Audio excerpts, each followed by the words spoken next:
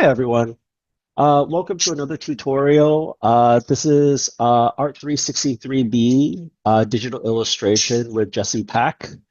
Today we're going to be doing a Photoshop tutorial and we're going to be learning about the inverse tools as well as the magic wand tool.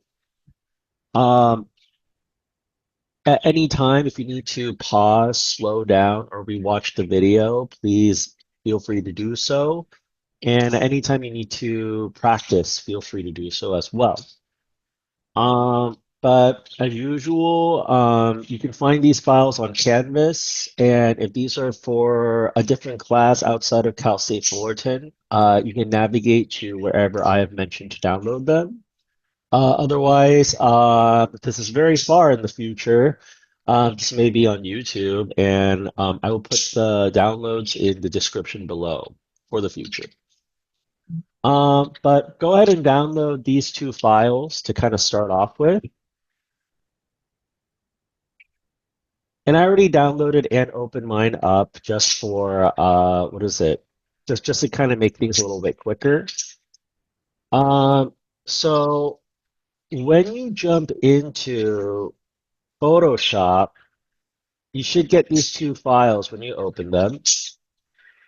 And what you can kind of do is, let's go ahead and start with this one here first, is let's go over the magic wand tool. Now, the magic wand tool is one of our selection tools. And in case you forgot what a selection tool was, a selection tool is any one of these tools over here that are used to make selections. So if I wanted to make a box selection, I can grab the box one and it'll make the box selection here. If I wanted to use a lasso tool to draw out my selection, I could do that. But there are also other selection tools that can be very useful just for photo editing or making digital art as well. One that I wanted to go over today would be the Magic Wand tool. So to navigate to the Magic Wand tool, you're going to go over here and you're going to see the Magic Wand over here. If you don't see these the way it is, I do have my workspace. Let's actually go to Essentials default just to make sure we are all in the same workspace. But I made my own custom workspaces, but I think I use Essentials default as kind of a, what is it? A default like setting that I have. You can also ignore these other windows over here on the side. Now, the only window we really need to have open is our layers window over here, which if you don't see, you can go to Windows and Layers. So go ahead and select that layer. So mine's already selected. You can just click on it to select it. And we're going to go back to this tool over here, and we're going to go to the Magic Wand tool. Now, the Magic Wand tool is a really, really cool tool. Basically, what it does, and I'll just kind of show a quick example over here actually, is that if I click on a color, so this is make sure I'm on the right layer. If I click on this color over here, it'll select everything or all the pixels that are the same or similar to the color that you click on. So if I click over here, you can see it's selected these areas, and you can see the selection by these like dotted lines, which I will refer to as the selection path. Sometimes they will also be referred to as marching ants because they kind of look like that. And you can add more selections by holding Shift. And you can get rid of more selections by holding Alt and clicking. Or if you're on Mac, it's Alt Option. So very, very useful. To deselect everything, you can click this little deselect button, or you can press Control or Command D for dog or deselect. And kind of show all how works, I want you to start off by clicking the same three that I click on. So let's click on these over here. So I'm going to select this. I'm going to select this. I'm going to select this. And you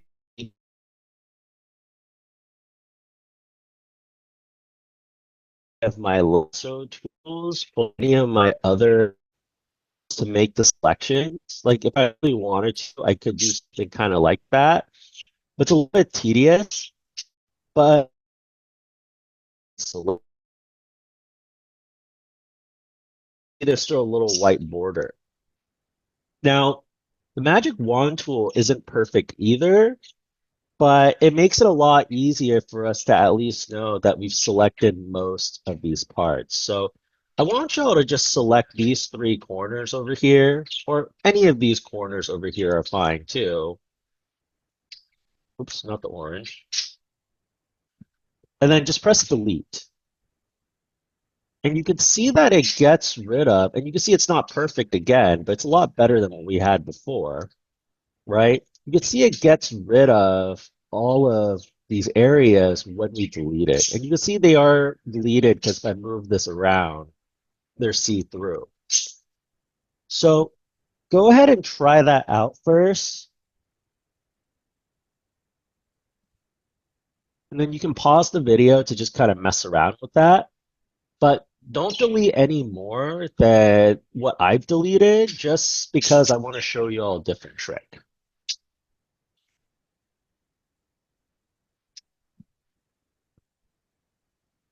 Now, once you've tried out deleting these ones over here, I want to go over a couple more things. Now, we're going to finish up this assignment first, but I do want to show you all one more thing afterwards. Um, so for this assignment over here, what we're going to start off doing is this over here on the top, there's a little button that says contiguous. Contiguous is really, really cool because if I turn this off, and I don't know if y'all noticed earlier, but when I clicked on these areas over here, I have to click on each and every white area in here to select them. Contiguous, if you turn that off, allows me to click on just one of those areas and it'll select everything that is on the same layer. So if it's that same white, it'll select all of those white also in different parts of the same layer, making it really, really easy for me to select a whole bunch of things at once.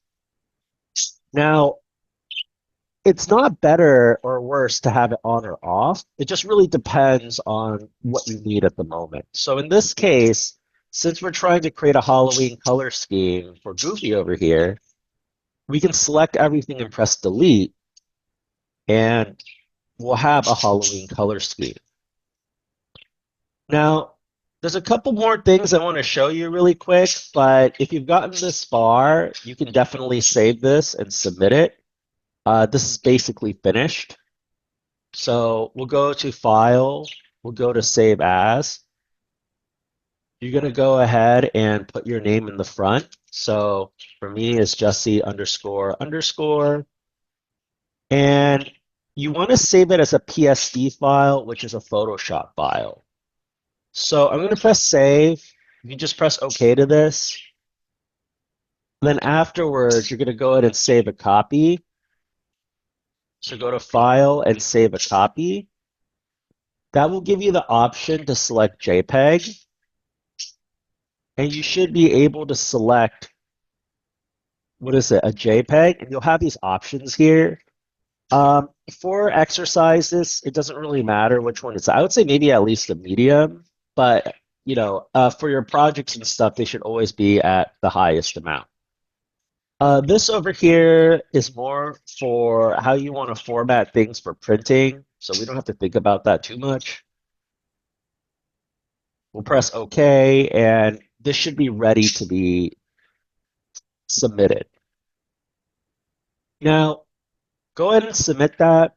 But once you're done, I want to show y'all another couple tricks with the Magic Wand tool, and then that'll be it for the video. So if you pause the video to save, I want to show y'all some really cool tricks before we move on to this exercise, but I'll use this exercise as kind of an example.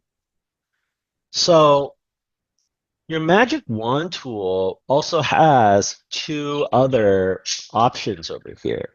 It has this option and has the tolerance. Sorry, this one and this one, right? The first thing that's good to know is tolerance. So let's start with tolerance here. Tolerance will allow you to select more the higher the number is. So for example, if I select this orange and I set the tolerance at 0, it means that it's only going to select things that are this exact color as whatever I've selected with very slight variation. So you can see like it's a little pinker and this one's a little orangey, but it's very close from afar. And you can still add different colors and stuff, but every time you click, it's only going to select things that are very similar to it. If you set it a lot higher, so let's just set it at 100, you had it at 10 before. And let's just say I click this top part here, it'll select a broader range of values and colors because it has a higher tolerance. So it's going to just basically select more of whatever color you click on. So if I click on this blue, it's going to select everything that's similar to that blue too. Now, this can be very useful because sometimes you want to select the exact color of things, and sometimes you need to select more. Sometimes you have images that seem like it's one color, but when you actually click on it, there's multiple colors in there, right? So if you have a higher tolerance, you can use that to select more things. Whereas if you want to be a lot more exact about what you choose, you can lower the tolerance. Now, the last one I want to go over is sample all layers. Sample all layers, if you turn that on, so if I click on this side over here, so I'm on layer 2, and this is on layer 1. If I click on this over here, it's not going to select this because this is on a different layer. So it's selecting the outside parts of layer 2 over here, right? And if I fill in the background, I can press Alt Backspace. You can see it only fills up that area, so it's selecting the background. I'm going to Command Z or Control Z because that's not what I actually want to do to this. But if I have sample all layers on, it'll consider all layers as a part of the selection. So if I click on this, let's actually lower the tolerance. It's a little bit too high. Let's do like a 20 maybe. So if I click on this blue area, you can see that it's going to select that blue area, even though it's not on the same layer as, we're not on the same layer as this advertisement, right? So, and you can see too, if I make a new layer and I fill it in with blue, that blue is on a totally separate layer. So that could be very useful too, especially if you don't need to jump, if you don't want to jump to a different layer to select those colors, or if you prefer to just select everything as if it was one layer without merging the layers, right? So feel free to use those tools however you need, but that's basically how we use the Magic Wand tool. Now, the second exercise I want to go over for this video is going to be on the invert tool. There are two types of inverses that I want to go over.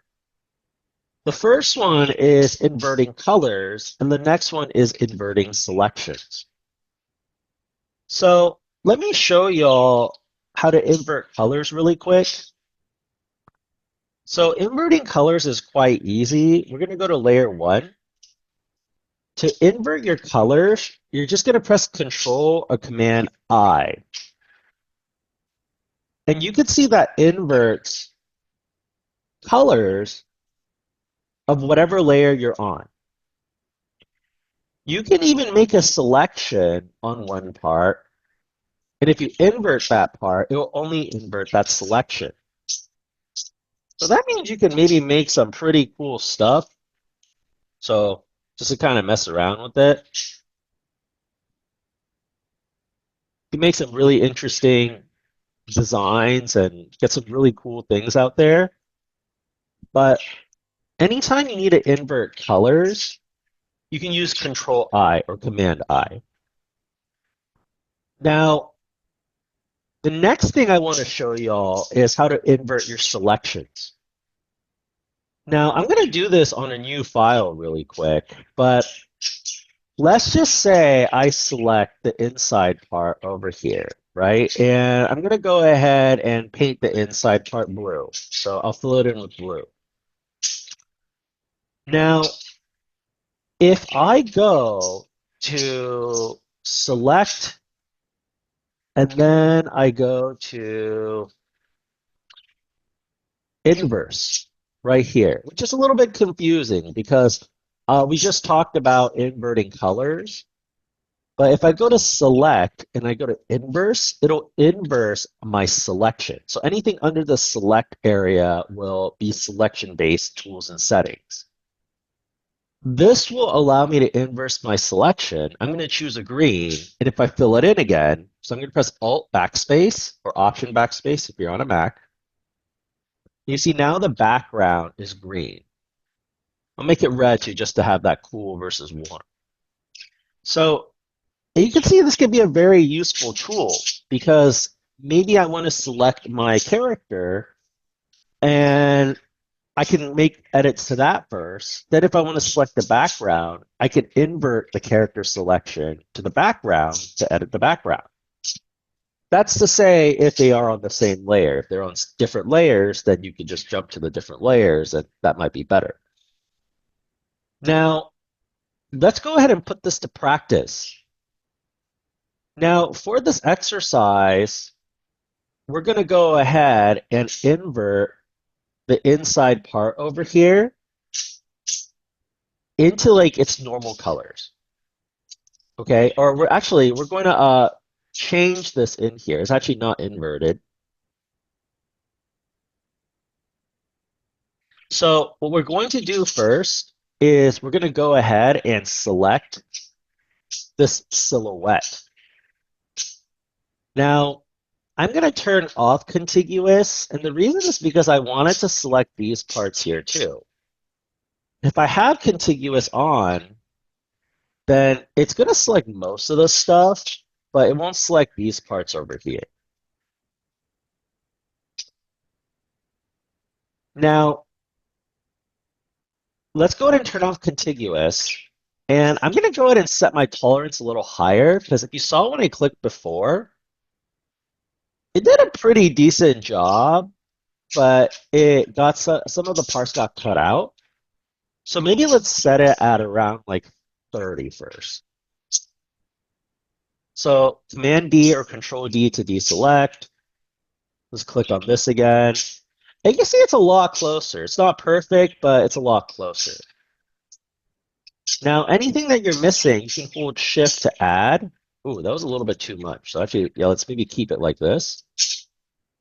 Let's also turn off Sample All Layers as we don't need these parts over here. So I'm going to grab my marquee box and just deselect these parts. It shouldn't. It should be okay if these are selected too, as long as these are on different layers.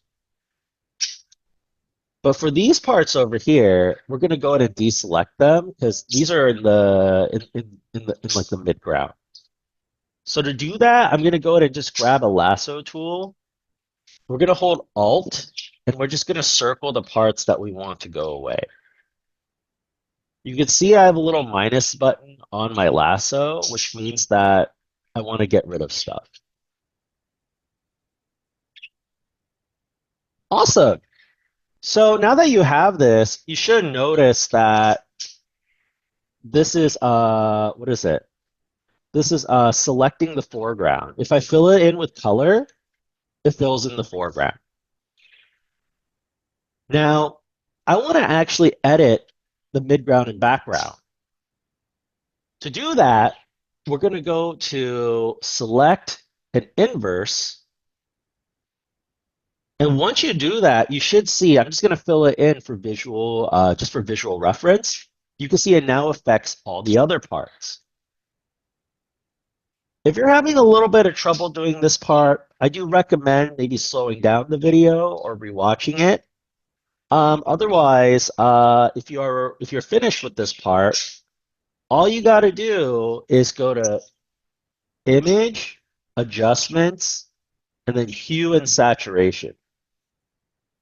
Now, we're not going to go over hue and saturation right now too much, but just know that you can use it to change your general values, the general color intensity, and also the colors themselves. And if you want to default them, you want them at 0 before you press OK. Once you press OK, that will be the new default.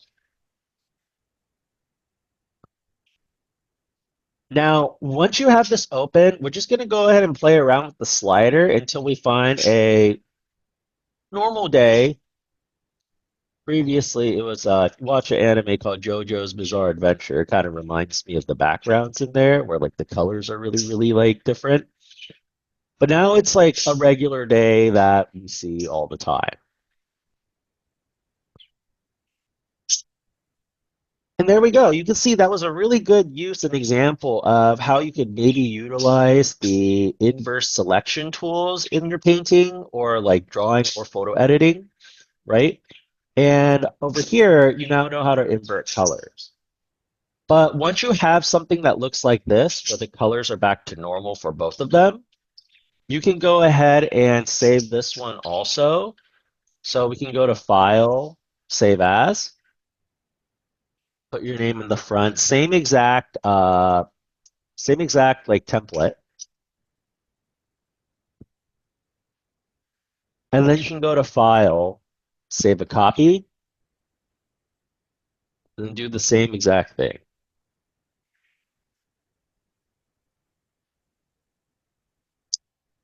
Once you have these two files finished, go ahead and submit both the AI, both the PSD and the JPEG. Sorry, PSD is for Photoshop, not AI. AI is for Adobe Illustrator. So go ahead and submit those these four files actually. So it's two PSDs and two JPEGs into the submissions. Otherwise, that concludes how to use these tools. If you have any questions about the video or any questions about the tool, feel free to reach out and we can set an appointment. Hopefully, otherwise, I hope that this was a helpful tutorial for you all.